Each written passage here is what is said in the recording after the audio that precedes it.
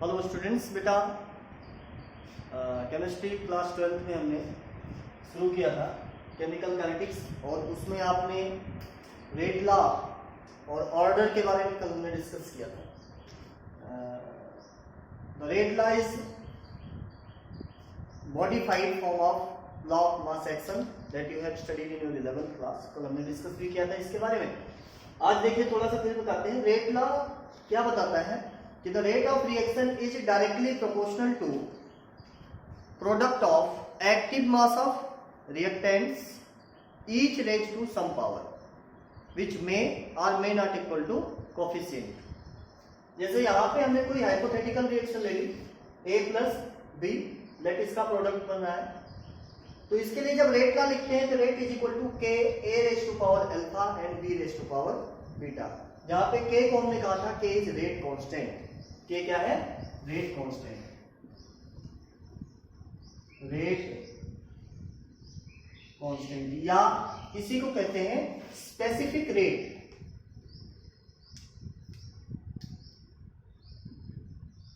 Specific rate. अच्छा, यहां पे एक चीज और बताते हैं बेटा। कई बार वैसे आपके यहां है नहीं, लेकिन कि कई बार जो है कुछ बुक्स में ऐसा मिलेगा आपको कि मान लीजिए कोई रिएक्शन होती है A plus be in catalyst की प्रेजेंस में। मान लीजिए कोई कैटलिस्ट है C, इसकी प्रेजेंस में रिएक्शन हो रही है, तो कई बार जो रेट होती है, rate is directly proportional to k A raise to power alpha, B raise to power beta and C raise to power gamma. Sometime the catalyst also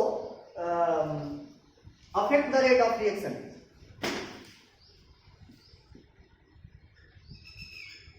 ठीक है, तो कहीं ऐसा ना हो कि इस तरीके की अगर कोई रिएक्शन हो, जैसे मान लीजिए मैं बताता हूँ एक रिएक्शन आपको मिलेगी H2O2 का शायद डिसोसिएशन है इन प्रेजेंस ऑफ आयोडाइड। तो उसमें आयोडाइड एज ए कैटलिस्ट है, फिर भी रेट ऑफ रिएक्शन आयोडाइड के एक्टिव मास यानी कंसंट्रेशन पे डिपेंड करती है। तो ये तो था बेटा रेट लॉ। अब किसी भी रिएक्शन के लिए रेट लॉ कैसे लिखा जाए? किसी भी रिएक्शन के लिए रेट लॉ कैसे लिखते हैं? मान लीजिए कोई रिएक्शन दे दी गई x a plus y b gives product. इसके लिए आप रेट लॉ लिखेंगे तो आ जाएगा rate is equal to k a raise to power, अब x नहीं लिख सकते। क्यों? क्योंकि जो पावर है हमने कल भी बताया था कि ये हम मैथमेटिकली डिटरमाइन नहीं कर सकते, ये एक्सपेरिमेंटली डिटरमाइन की जाती है। तो ये वैल्यू आपको दी जाएगी, कल भी मैंने बताया था, इसके लिए आपको परेशान नहीं होना है। ये आ जाएगा a raise to power x and b raise to power y। ऐसा भी लिखा जा सकता है, लेकिन इसके लिए एक खास वो है, अगर आपको दिया जाए तो रिएक्शन इज एलिमेंट्री। आज हम यही डिस्कस करेंगे। आज का वीडियो इसलिए इंपॉर्टेंट है क्योंकि आज हम इस वीडियो में बेटे ऑर्डर ऑफ रिएक्शन, मॉलिक्यूलरिटी, ठीक है, और कॉम्प्लेक्स रिएक्शन क्या है, एलिमेंट्री रिएक्शंस क्या है, इन सभी चीजों के बारे में डिस्कस करेंगे। तो अगर ये रिएक्शन एलिमेंट्री है तब तो हम क्या कहेंगे? a raise to power x, b raise to power y। But अगर एलिमेंट्री नहीं है तो the power will not be equal to, may or may not equal to this coefficient value, so the power will be alpha and beta respectively। clear? तो अब इसके बाद हम देखेंगे बेटा what is order of reaction। what is order of reaction? हालांकि मैंने आपको बता दिया ऑर्डर क्या है। ये जो पावर है इसी को हम कहते हैं ऑर्डर, ठीक है। लेकिन अब जैसे order of reaction with respect to a, इस रिएक्शन में देखिए order of reaction with respect to a alpha, ठीक है। फिर इसके बाद order of reaction with respect to b beta, order of reaction with respect to c gamma, ठीक है। अब ऑर्डर का मतलब यहां समझ लीजिए थोड़ा सा क्या है। जैसे हमने कहा मान लीजिए कोई रिएक्शन है रिएक्टेंट टू प्रोडक्ट, इसके लिए हमने लिखा रेट ला, तो रेट इज इक्वल टू आ गया के एंड रिएक्टेंट की पावर, यहां हम कुछ भी ले लेते हैं, मान लीजिए ले लिया 2। इसका मतलब ये होता है कि अगर हम रिएक्टेंट का कंसंट्रेशन डबल करें तो रेट कितनी बढ़ जाएगी। देखिए एक बार, अगर रिएक्ट मान लीजिए इनिशियल स्टेज में first in the first experiment we take the concentration of reactant R and in the second experiment we take the concentration of reactant double to the R। Double करने का मतलब इसका 2 गुना, तो हम क्या लिख देंगे 2R, क्या लिख देंगे 2R, और पावर क्या आ गई 2। अब इसके बाद जरा इसको सॉल्व करके देखें तो क्या आ जाएगा, rate is equal to 2 to जा 4 k इंटू, इसको हम लिखेंगे रेट 1, इसको रेट 2, तो rate 2 is equal to 4 k into R raise to power 2। जो ये वैल्यू है किसके बराबर है, रेट 1 के बराबर है, तो इसका मतलब रेट 2 किसके बराबर आ गई, यानी जो सेकंड एक्सपेरिमेंट वाली रेट है वो पहले की रेट की कितनी गुनी है, 4 गुनी है। तो ऑर्डर हमें ये बताता है कि अगर हम किसी भी रिएक्टेंट का कंसंट्रेशन बढ़ाएं, किसी भी रिएक्टेंट का कंसंट्रेशन बढ़ाएं, तो उसके कंसंट्रेशन का रिएक्शन की रेट पे क्या इफेक्ट पड़ता है। जैसे अभी आपने देखा कि अगर R की पावर 2 है, इसका मतलब अगर R का कंसंट्रेशन आप डबल करते हैं, if you increase the concentration of reactant 2 times, then the rate of reaction become 4 times of the initial. In this way, if you increase 3 times, the rate of reaction become 9 times of the initial. But for the same reaction, if you are given A to product and the rate law is given K A raised to power 1. Now what will happen? Let's check the effect of changing concentration. In the first experiment, let me take the concentration of A and the rate is equal to K A raised to power 1. Now in the second experiment, if we take the concentration of reactant 2 times of the first, यानी पहले experiment का कितना ले लिया हमने 2 time ले लिया, तो क्या आ जाएगा K, और इसको हम लिखेंगे फिर, क्योंकि A का 2 गुना है तो 2A, पावर क्या आ गई 1। यहाँ पे ऑर्डर कितना है 1 है, यानी ये फर्स्ट ऑर्डर रिएक्शन है, ये क्या है 2 है, तो मतलब सेकंड ऑर्डर, ये जो रिएक्शन है सेकंड ऑर्डर, ये रिएक्शन फर्स्ट ऑर्डर। तो इस तरीके से rate is equal to K A की पावर 1, ये 2A आया। अब देखिए बेटा, इसको हम क्या लिख सकते हैं, सेकेंड टाइम जो रेट आई इसको हम लिखेंगे 2 K A raised to power 1. Now the K A raised to power 1 is equal to this rate 1. It can be substituted here. So the second time rate, or you can say in the second experiment, the rate of reaction become double of the to the first experiment. यानी पहले experiment से दूसरे experiment में rate कितनी होगी 2 गुनी होगी, और कंसंट्रेशन कितना बढ़ाया था 2 गुना बढ़ाया था, ठीक है ना। तो अगर देखिए यहाँ पे पावर 2 थी, यहाँ पे ऑर्डर 2 था, ऑर्डर 2 था, तो जब हमने कंसंट्रेशन डबल किया तो रेट 4 गुनी होगी। यहाँ क्या है पावर 1 है, इसका मतलब जब हम रेट कंसंट्रेशन डबल करेंगे तो रेट क्या हो जाती है 2 गुनी हो जाती है।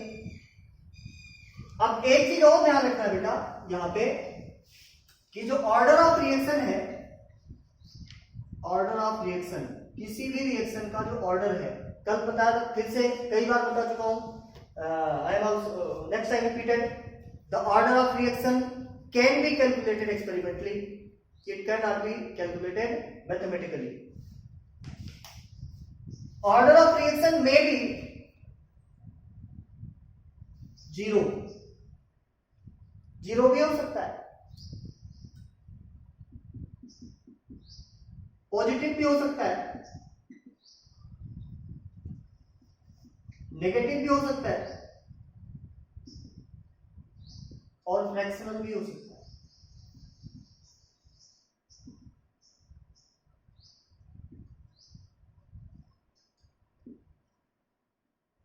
then order of reaction may be 0, any positive value, any negative value or any fractional value.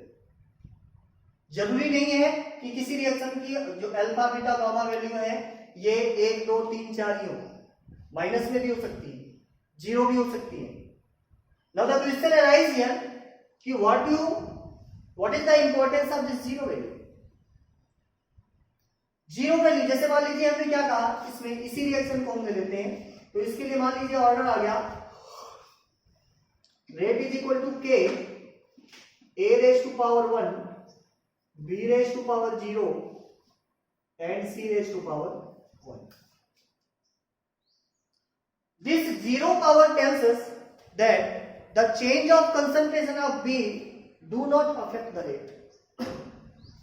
यानी जब हम B का कंसंट्रेशन, हाँ अगर A को डबल करेंगे तो रेट डबल हो जाएगी, C को डबल करेंगे तो रेट डबल हो जाएगी, लेकिन अगर B को चेंज करें तो रेट पे कोई इफेक्ट नहीं पड़ेगा.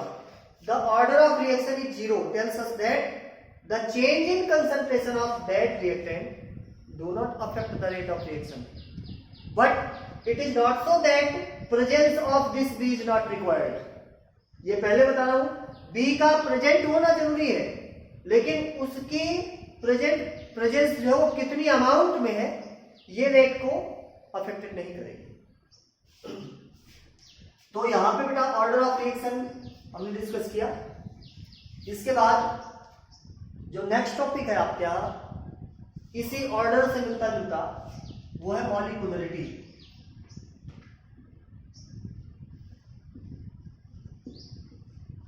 Of reaction, molecularity of reaction. Molecularity किसे कहते हैं बेटा?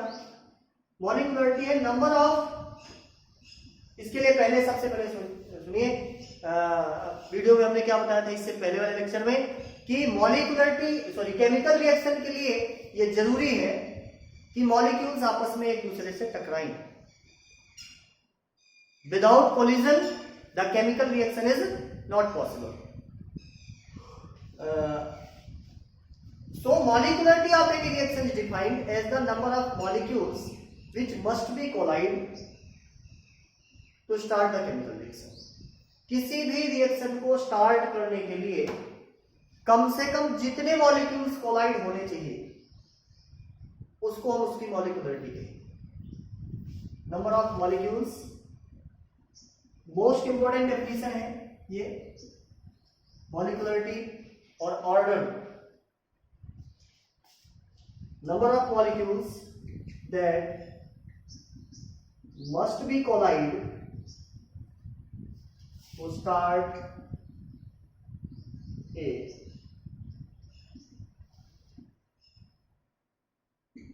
chemical reaction. It's called molecularity. It's called molecularity. For example जैसे, अच्छा इसको कैसे पता चले? जैसे मान लीजिए हमने कहा NaOH plus HCl give rise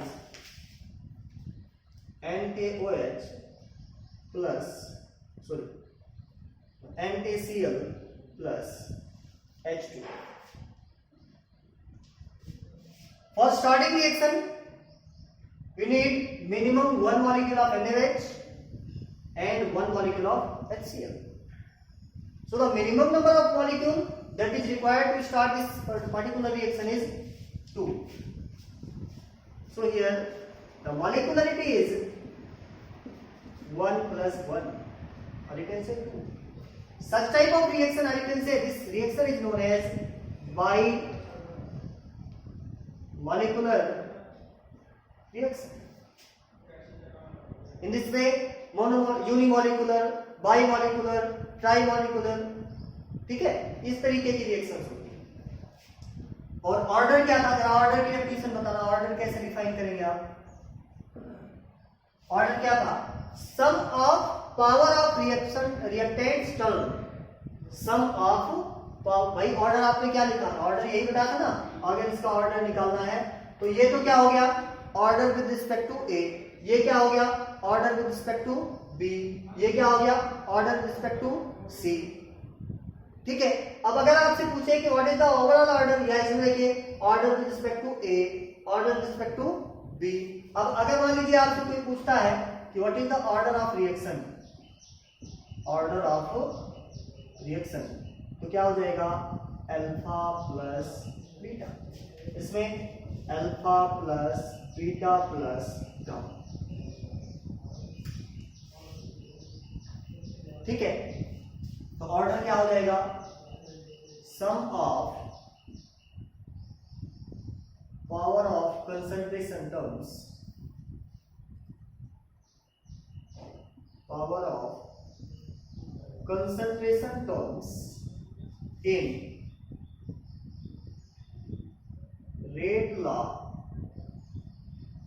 equation. ठीक है, जैसे एग्जांपल आप ये दे सकते हैं, मान लीजिए कोई रिएक्शन है ए प्लस बी, एग्जांपल क्या हो जाएगा, मान लीजिए कोई रेट ला दिया गया, rate is equal to k a power alpha b power beta, then order will be alpha plus beta.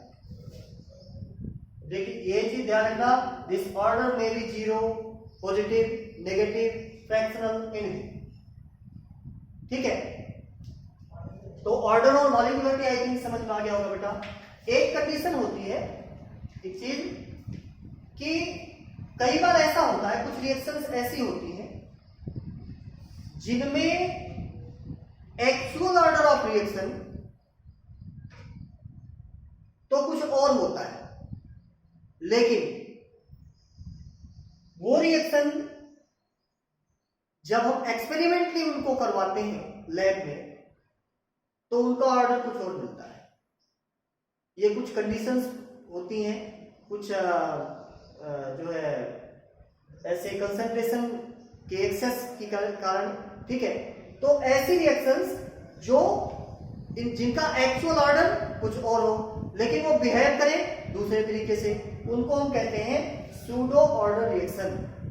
क्या कहेंगे, सूडो ऑर्डर रिएक्शन। ये भी बहुत पूछा जाता है, आपसे पूछेगा what is pseudo order reaction, या सूडो फर्स्ट ऑर्डर रिएक्शन, या pseudo unimolecular reaction, pseudo unimolecular reaction. ध्यान रखना, फिर से मैं बताता हूं, there are some reactions which behave in according to other orders with respect to their actual order। कुछ ऐसी रिएक्शंस होती हैं जो अपने एक्चुअल ऑर्डर से अलग ऑर्डर रिएक्शंस की तरह बिहेव करती हैं, उनको हम क्या कहेंगे, pseudo order reactions. Due to some circumstances the order of reaction may be different from actual, this is called as pseudo order reactions. इसका सबसे बढ़िया एग्जांपल है, आप 11th क्लास में पढ़ चुके बेटा, hydrolysis of ester, hydrolysis of ester. तो मॉलिक्यूलरिटी और ऑर्डर आपने समझा बेटा। रेट लॉ किसे कहते हैं, मॉलिक्यूलरिटी क्या है और ऑर्डर क्या है। अब और स्पेसिफिक रेट कांस्टेंट, यानी स्पेसिफिक रेट क्या है। बड़ा इंपॉर्टेंट क्वेश्चन ये भी आता है, property of rate constant.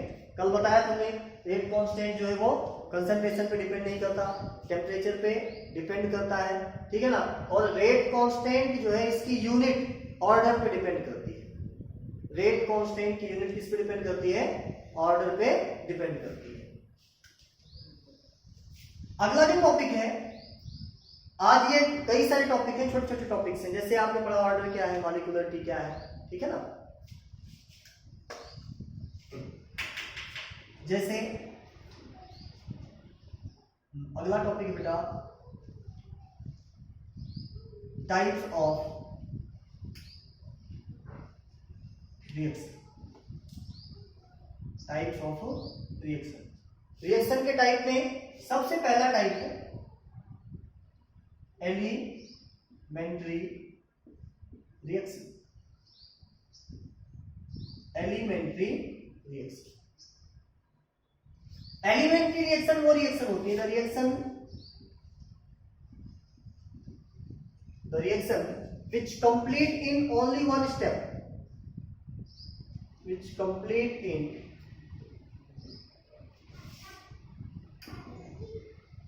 only one step are called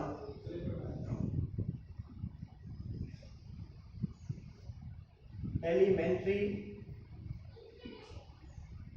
reaction. जैसे आपने 11th क्लास में जब ऑर्गेनिक रिएक्शंस पढ़ी थी तो वहां पे आपने पढ़ा डिहाइड्रेशन ऑफ अल्कोहल, जब आप प्रिपरेशन ऑफ एल्कीन पढ़ते थे, और डिहाइड्रेशन में हमने एक मैकेनिज्म लिखवाया था। उस मैकेनिज्म में 3 स्टेप थे। तो मतलब वो जो रिएक्शन है वो एक स्टेप में तो नहीं हो रही, क्योंकि उसके कितने स्टेप लिखने पड़ते हैं। अगर उसको आप एक्सप्लेन करना चाहें तो कितने स्टेप देने पड़ेंगे? 3 स्टेप। तो ऐसी रिएक्शन जो सिर्फ एक स्टेप में पूरी हो, जिसकी आप मैकेनिज्म नहीं लिख सकते, उनको हम क्या कहेंगे? Elementary reactions. एलिमेंट्री वर्ड ही किसके लिए आता है? एलिमेंट्री को हिंदी में कहते हैं प्राथमिक, यानी single, the reaction that complete in single step, उसको हम कहेंगे एलिमेंट्री रिएक्शन। बेटा एलिमेंट्री रिएक्शन के केस में ध्यान रखना कि जो ऑर्डर है वो किसके बराबर होता है? मोस्टली ऑर्डर और मॉलिक्यूलरिटी आपस में बराबर होता है। जब हमने आपको लॉ ऑफ मास एक्शन करवाया था तो वहां पे ये बताया था कि law of mass action elementary reaction के लिए वर्क करता है, लेकिन कॉम्प्लेक्स दूसरे टाइप की जो रिएक्शन है, कॉम्प्लेक्स रिएक्शन,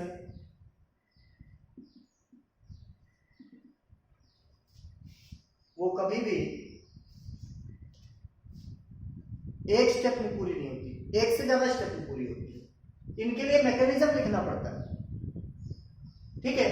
तो एलिमेंट्री रिएक्शन वो reaction, the reaction which complete in only one step is called elementary reaction.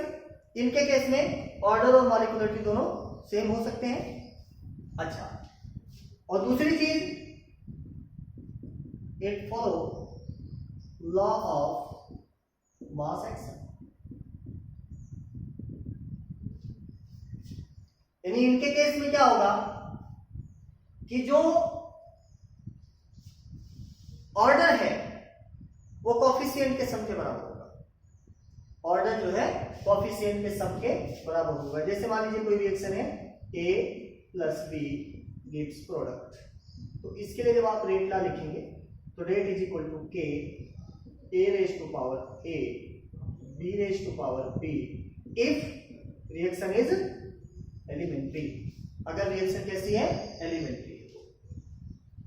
अब दूसरी डेफिनेशन बेटा, दूसरे टाइप की reaction, the next type of reaction is complex reaction. Complex reaction, the reactions which complete in more than one step। ऐसी reaction जो एक से ज्यादा स्टेप में कंप्लीट होती हैं उनको हम क्या कहेंगे? The reaction which complete in more than one step are called complex reaction।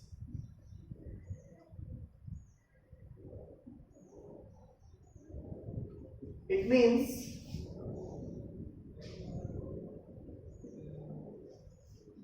for such type of reaction, complete description is given by writing the mechanism of reactions।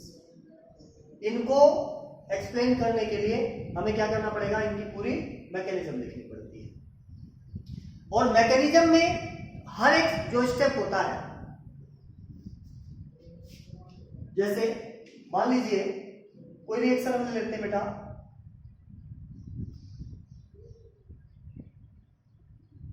Example हमने ले लिया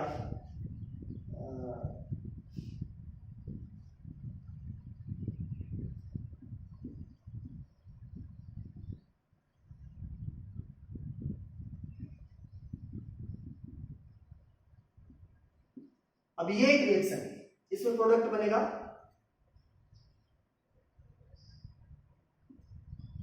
CH3 2 मिथाइल प्रोपेनॉल, ठीक है। But this reaction complete in 2 steps. ये reaction जो है अगर इसको आपको कंप्लीट लिखना है तो इसके लिए कितने स्टेप देने पड़ेंगे? 2 स्टेप। इसकी अगर आप मैकेनिज्म लिखें तो, ठीक है। फर्स्ट स्टेप,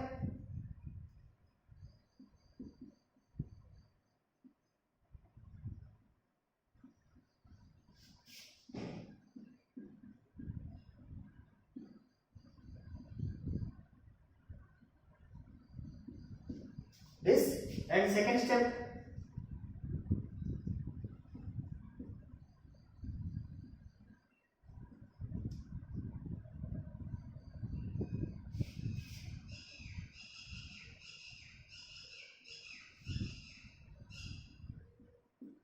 क्या बनेगा?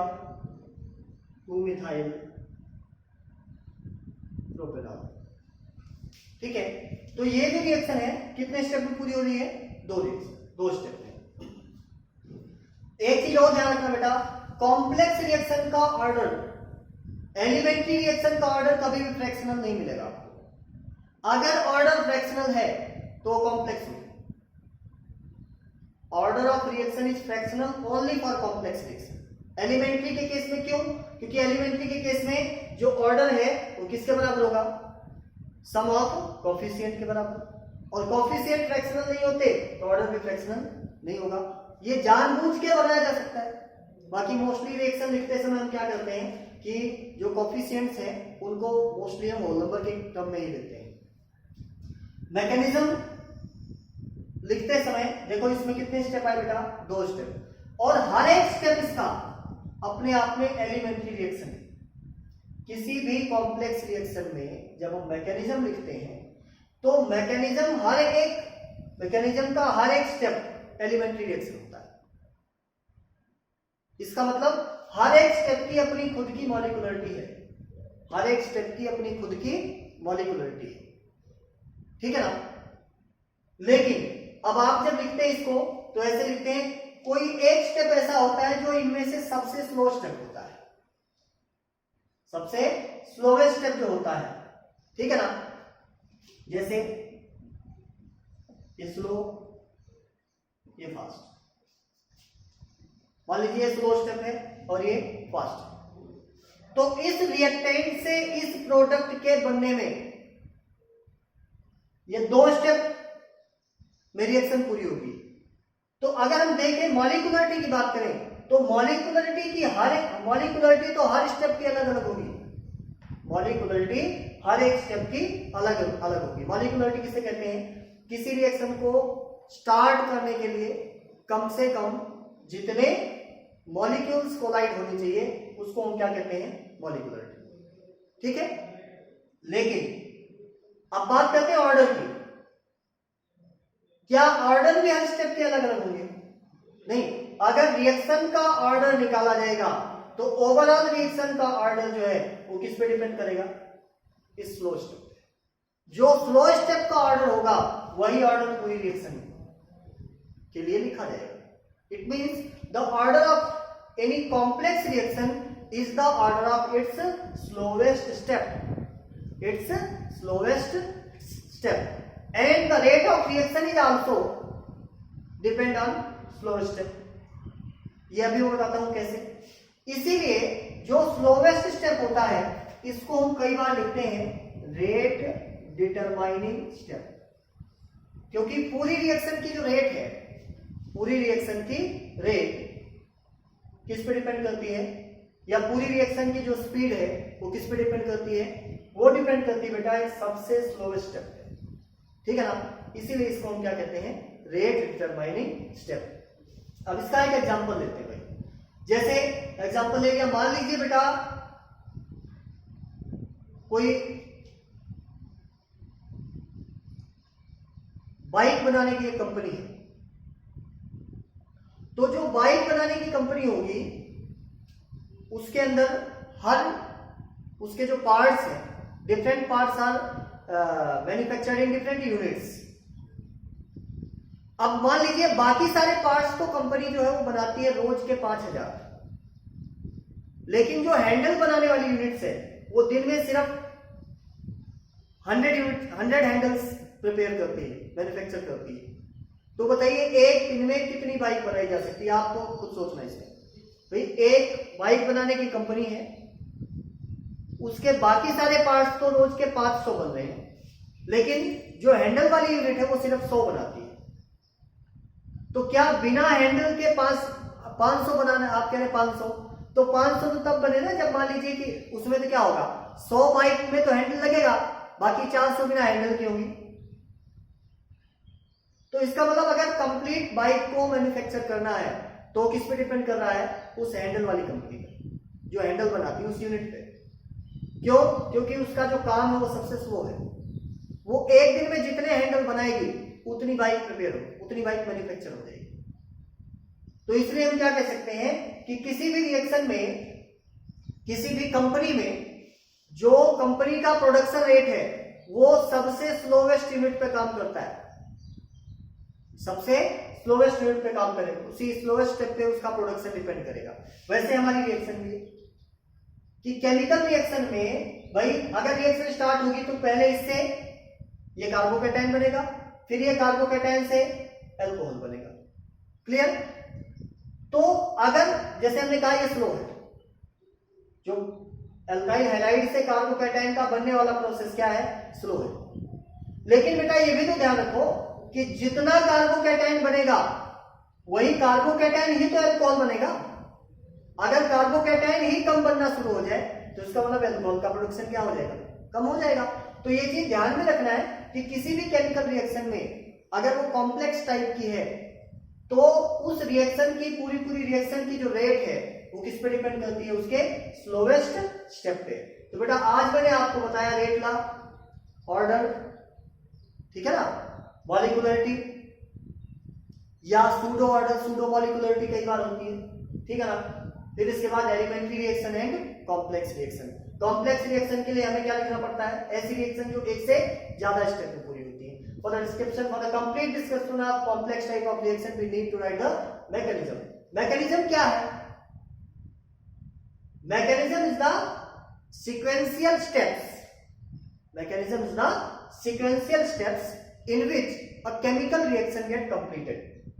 किसी केमिकल रिएक्शन को कंप्लीट होने में जितने स्टेप्स होते हैं उन सभी स्टेप को सीक्वेंस में लिख दिया जाए तो उसे हम क्या कहेंगे?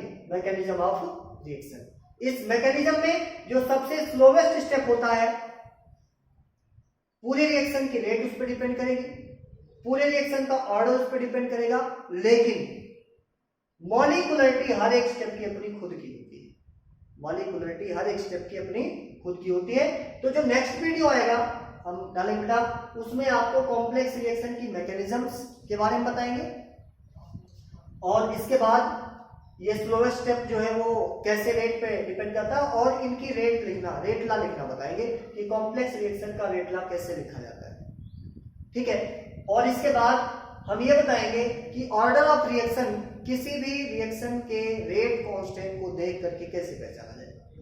लेकिन आज आप ये जो हमने बताया बेटा, जो वीडियो हमने जो भी कंटेंट आपके सामने डाला गया है, दिस इज मोस्ट इंपॉर्टेंट, और अगला जो टॉपिक है वो कंप्लीटली इस पे डिपेंड करेगा, ठीक है। तो आज आपको rate law, order, molecularity, elementary reactions क्या है, कॉम्प्लेक्स रिएक्शंस क्या है, ठीक है, ये सारी रिएक्शंस इनका नोट्स बनाना है, ठीक है, और इसके बाद इनको पढ़ना है, ठीक। Thank you for watching the video.